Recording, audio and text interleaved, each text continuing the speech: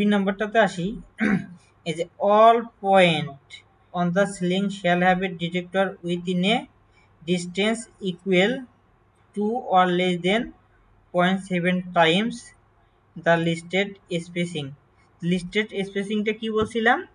Device থেকে ডিভাইসের যে ডিস্টেন্স, এটাই হচ্ছে লিস্টেড স্পেসিং, রাইট? আচ্ছা, এখন জি দেখেন তো এই যে একটা ডিভাইস আমাদের, এই যে একটা রুম, এই রুমের এই যে এখানে ওয়াল, এই পাশে ওয়াল নাকি, এইটার সবচেয়ে কোনার পয়েন্ট কোনটা? এই পয়েন্টটা না সর্বোচ্চ দূরে? এটা কি না? জি জি এইটা।